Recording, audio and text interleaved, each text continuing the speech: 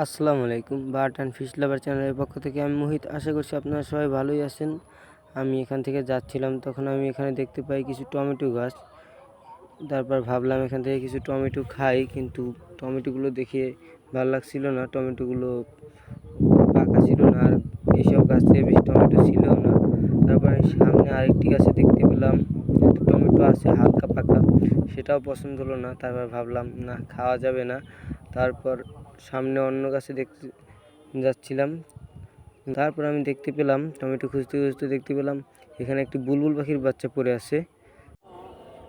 তারপর আমি এটাকে ভালোভাবে একটু দেখার পরে যা বুঝতে পারলাম, এটা সম্ভবত একটু অসুস্থ আছে, কারণ এটার যেটুকু বয়স, এই বয়সে পাখিটা উড়ে যাওয়ার কথা, কিন্তু এটাকে টাচ করার পর এটা উড়ে যাচ্ছিল না।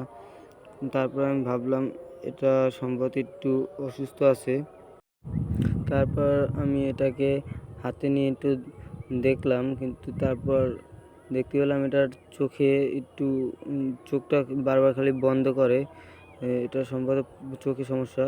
তারপর আমি আশেপাশে দেখার চেষ্টা করলাম উপরে কোনো বড় পাখি আছে কি না। তারপর দেখতে পেলাম কোনো বড় পাখি নেই, মানে এটার মা বাবা উপরে নেই।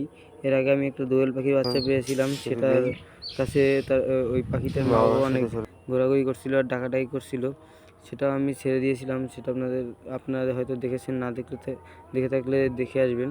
কারণ আমি এটার চারপাশে কোনো পাখি দেখতে পাইনি। তারপর ভাবলাম এটাকে আমি বাসায় নিয়ে যাই, এটাকে কিছুদিন আমার কাছে রাখি, তারপর দেখি সুস্থ হলে এটাকে ছেড়ে দেব। আর এটার পরবর্তী আপডেট পেতে আপনারা আমার চ্যানেলটি সাবস্ক্রাইব করে পাশে বেল আইকনটি বাজিয়ে দিবেন, আর ভিডিওটি ভালো লাগলে একটি লাইক দিবেন। খাঁচা আনার ব্যবস্থা করছি এটার জন্য, একজনকে খাঁচা আনতে পাঠিয়েছি, ও চলেও এসেছে। এই খাঁচা নিয়ে আসতেছে, একটা ছোট খাঁচা। আমি এটাকে আপাতত একটা খাঁচায় রাখি। এটা এই বুলবুল পাখি কী খায় সেটা আপনাদেরকে দেখাবো, সেটা নিয়ে একটি ভিডিও আনবো আপনাদের মাঝে। এই বুলবুল পাখির বাচ্চাটাকে আমি আপাতত এই ছোট খাঁচাটির ভিতরে রেখে দেব। তো আজকের ভিডিওটি এই পর্যন্তই। ভিডিওটি ভালো লাগলে একটি লাইক দিবেন, আর চ্যানেল নতুন হয়ে থাকলে চ্যানেলটি সাবস্ক্রাইব করে পাশে বেল আইকনটি বাজিয়ে দিবেন।